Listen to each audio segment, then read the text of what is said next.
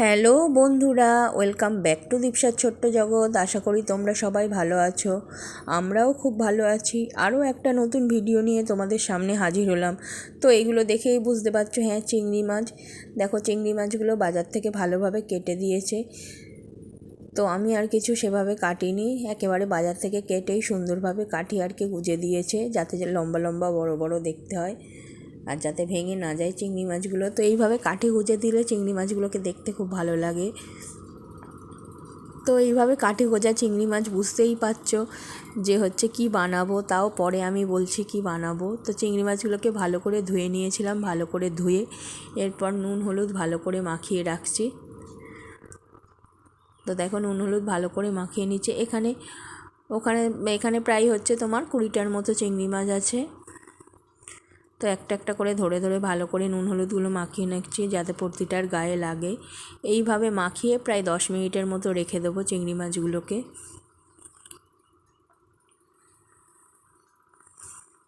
মানে এইভাবে কাঠি দিয়ে দিলে কি বলো তো, দেখতে সুন্দর লাগে চিংড়ি মাছগুলো।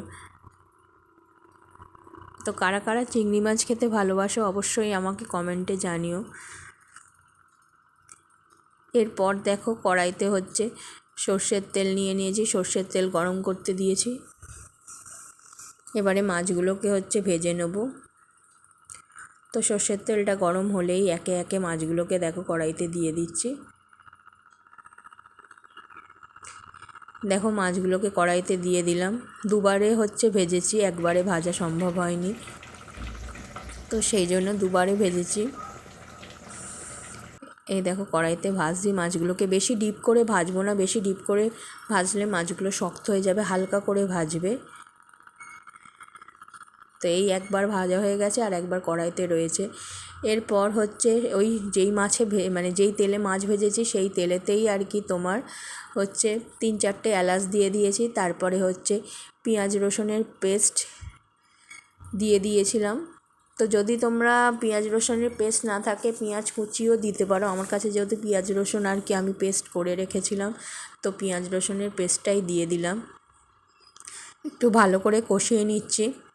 আর এরপর একটা টমেটোকে হচ্ছে 4 টুকরো করে দিয়ে দিয়েছি। যদি কেউ মনে করো টমেটোর পেস্ট করেও দিতে পারো। আমার যেহেতু পেস্ট করার টমেটোর আর সময় ছিল না, সেই জন্য আমি গোটা টমেটোকেই কেটে 4 টুকরো করে দিয়ে দিয়েছি। টমেটো আশা করি গলে যাবে। তো ভালো করে দেখো, টমেটোটাকে গলিয়ে নিচ্ছি।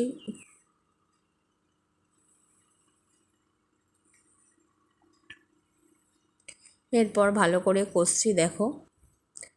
আর এইদিকে দেখো হচ্ছে এটা হচ্ছে বাজারে যে কিনতে পাওয়া যায় ম্যাগির যে কোকোনাট মিল্ক পাউডার, তারই প্যাকেট আর কি।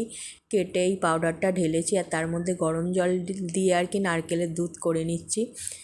এমনি যদি কেউ নারকেলের দুধ করতে পারো বাড়িতে, তো খুবই ভালো হয়, বাড়িতে বানিয়ে নেবে।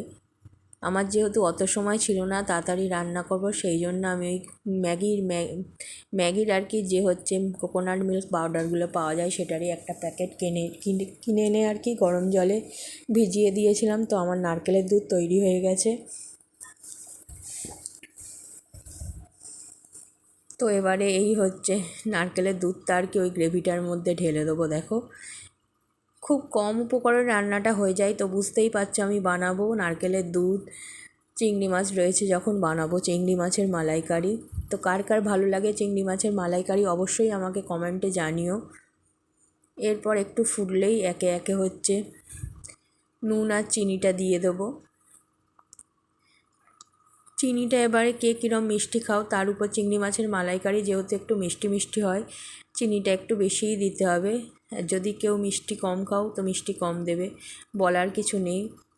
নুন মিষ্টিটা দিয়ে দেবো। এরপরে একটু ভালো করে হচ্ছে নাড়িয়ে নিচ্ছি যাতে কোনো ডেলা না থাকে।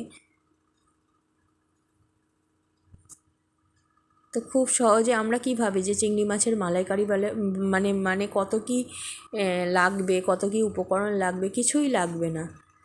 খুব কম উপকরণেই সব কিছু রান্না হয়ে যাবে। এই দেখো, এবারে চিনিটা দিয়ে দিচ্ছি। নুনটা দেওয়ার ভিডিও আর করা হয়নি। এরপর গ্রেভিটা একটু ফুটলেই চিংড়ি মাছগুলো এর মধ্যে দিয়ে দেবো। দেখো চিংড়ি মাছগুলোকে এর মধ্যে এবারে দিয়ে দিচ্ছি, আর কাঁচা লঙ্কাগুলোকে আমি চিড়িনি, যদি কেউ মনে করো চিড়েও দিতে পারো, এটা দেখতে সুন্দর হবে বলে আমি গোটা কাঁচা লঙ্কাগুলোকে দিয়ে দিচ্ছি।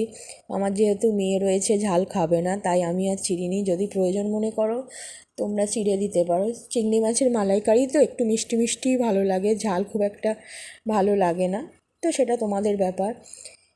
তো চিংড়ি মাছগুলোকে দিয়ে দিলাম, এরপর ঢাকনা চাপা দিয়ে মোটামুটি একটু ফুটলেই আমার রেডি চিংড়ি মাছের মালাইকারি। কত তাড়াতাড়ি কত সহজে দেখলে চিংড়ি মাছের মালাইকারি করা যায়। আশা করি ভিডিওটা তোমাদের ভালো লাগবে, যদি ভালো লেগে থাকে অবশ্যই চ্যানেলটাকে সাবস্ক্রাইব করো, লাইক শেয়ার কমেন্ট করো, বেশি বেশি করে ভালোবাসা দিও, আর একটা লাইক করে পুরো ভিডিওটা দেখো, স্কিপ করে দেখবে না। যদি কোনো ভুল ত্রুটি হয়ে থাকে অবশ্যই বন্ধু ভেবে ক্ষমা করে দিও। তো আমি যেভাবে রান্না করি সেটাই তোমাদের সাথে শেয়ার করলাম, সেইভাবে ভালো রান্না পারি না, তো যেটুকু পারি সেটুকুই তোমাদের সাথে শেয়ার করলাম, আর তোমরা সবসময় পাশে থাকবে এই আশা রাখি। থ্যাংক ইউ সো মাচ ভিডিওটা পুরো দেখার জন্য।